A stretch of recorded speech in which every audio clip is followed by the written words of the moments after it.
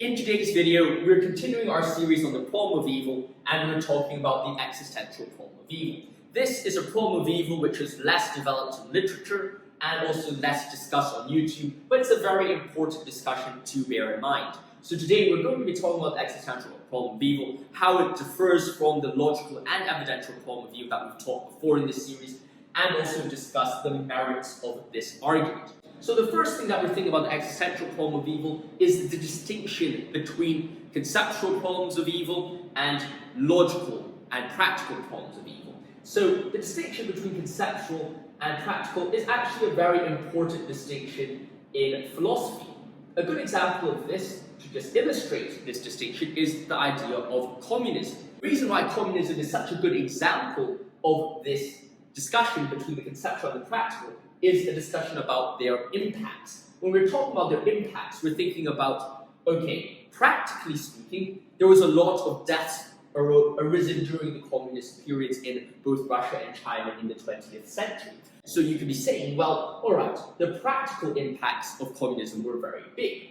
However, does that mean conceptual discussions cannot be made because of those dangerous practical impacts? Perhaps not. Perhaps someone might say, well, yes, we recognize practically communism is not good. However, conceptually, there's still a lot of value in researching and understanding possible benefits of conceptual discussions surrounding the issue of communism. And by doing that conceptual arithmetic and those conceptual thinking about communism, we are able to understand about, well, perhaps there's things that we can take from communism which are beneficial. But that is, of course, the conceptual discussion. So now that we've talked a bit about the distinction, I think this idea about communism makes it very clear, let's think about how that applies to our existential problem of evil. The existential problem of evil, unlike the logical and evidential problem of evil, is talking about the practical landscape of evil. Instead of talking about the conceptual, which is the logical and the evidential, unlike the logical and evidential problem of evils, which are based on conceptual thinking about evil, the practical realities of evil is more existential. We're thinking about the practical realities of evil and how that existentially impacts our lives. And an example of that will be a book by William Styron called Sophie's Choice. In this story, a girl called Sophie has a daughter and a son. The SS guards come up with guns and says, well, all right, you have to choose between your son dying and getting sent to the gas chambers or your daughter dying and getting sent to the gas chambers. The logical problem of evil, we look at that and say, well, that exact variable or that exact situation of evil is logically inconsistent with the existence of God. The evidential problem would say it's very unlikely that that example would exist if God exists. What the existential problem of evil does, however, is to say, well, all right, I don't really care about logical inconsistency. I don't really care about logical improbability. But regardless of where I come from, I refuse to accept the existence of God if that example of evil exists. So they're saying, well, I feel that this injustice caused to Sophie is so powerful that I cannot possibly justify a belief in God, regardless of any other philosophical reasoning I have with this. And you might think at start, well, this is just ridiculous, how can someone possibly make this as an argument? But think about it yourself. Don't we all rely on that existential-like thinking? When we're thinking about problems of evil, aren't we all just saying, well, yes, when we're using examples in the discussion surrounding the problem of evil, when we're raising the ideas of murder, the Holocaust, we like to say we're being philosophical about it. We like to say we're being conceptually rigorous about it. The reality is, we really are just saying, actually, personally, I am not comfortable with that reality. I cannot accept that reality. I cannot accept the existence of God given that evil. So, well, let's develop this a bit further. And I think the best example of this illustration is the problem found in Ivan Karamazov, in the brothers Karamazov. And in this book, Ivan comes up with a wonderful statement which says, it's not God that I don't accept, but it is his ticket I reject. So it's God's ticket. I can't write very well, but it's God's ticket that I reject.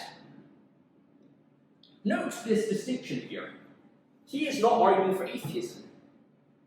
This statement does not lead to atheism. I reject God's ticket. In fact, if you look at it in a nuanced sense, well, what does that actually mean? He's saying God's ticket does exist. He believes in God, but he rejects that ticket. So what is Ivan actually saying in this situation? Ivan Karamazov is not saying he's an atheist. What Ivan Karamazov is saying that I believe in God, he's a theist, but at the same time, he refuses to worship that God. So that, I think, is a development of the existential problem of evil, and I think that's the brilliance of Dostoyevsky's nuance surrounding the problem of evil. He's saying, well, hold up. A lot of times when we're talking about the problem of evil, we like to compare Dostoyevsky and say everything is all about the conceptual problem. It's all about that conceptual problem. The reality, it really isn't. Most of us fall into the practical discussion, the existential discussion. We're saying, well, yeah, God, I recognize you created the universe, but the existence of evil just makes me want to reject your existence. You really want me to believe that you exist? You want me to worship you? Why did you give us so much evil? That is the heart of the existential problem of evil. But now you might be not very convinced, well, what actually is this difference? How can someone be a theist and still not believe in God? Well, the final distinction I would like to talk about in relation to the existential problem of evil is a distinction between belief in and a distinction between belief that. Now, this distinction is something risen in a writer called H.H. Price. Now, you can go check it out yourself later. He wrote an article about it. It's on JSTOR, a guy called H.H. Price. What his argument is that, well, sometimes belief in and belief that can be put together. For example, if I believe that fairies don't exist, I most likely will not believe in fairies. Now, I'd like to ask you a question, and you could let me know your thoughts in the comments below. What's the difference between belief in and belief that? We've accepted that, and sometimes belief that it has direct implications and entails a certain belief in. However, if someone believes that God exists, doesn't mean that they believe in God. And what's the differences between that? Let me know your thoughts in the comments below. Now, while you're writing your thoughts in the comments below, I'd just like to go away from this lecture a bit and say if you are enjoying this video and want to continue watching these videos, then make sure to like and subscribe and hit the bell notification so you stay updated to these videos. Furthermore, if you would like to support my mission in carrying on providing free and accessible content to the world, then feel free to check out my Patreon or my membership group, Dostoyevsky. It really means a lot to me. I really appreciate all the help the Patreons have given me. It helps me make these videos in a sustainable manner and also further help me develop my academia as well. Now that you've had some time to write your thoughts about belief in and belief that in the comments below, let's talk a bit about the distinctions between the two. According to Price, although there are times, as I noted before, that belief in and belief that can be put together, there are also times that belief that does not entail belief in. A good example of that would be the book of James, James chapter 2 to be exact. In James chapter 2, James writes, the epistle of James writes, well, even the demons believe in God, and they tremble. However, they don't worship him. I believe that that is a very example, alongside reading Christ, of the differences between belief in and belief that. Belief that is just a propositional belief. It's what the demons believe. The demons say, yes, yes, yes, I know that God exists. But belief in implies a sense of worshipping God. And this idea of worship versus just a propositional belief is a difference of attitude. What we're talking about, the existential problem of evil, and driving it back to the existential problem of evil, is that existential problem of evil all along is a question of attitude. Question of attitude. It is not about whether God exists or not. It's not a question of how likely does God exist, as you see in the logical or evidential problem of evil. It's a question of, even if God exists, what is our attitude towards God?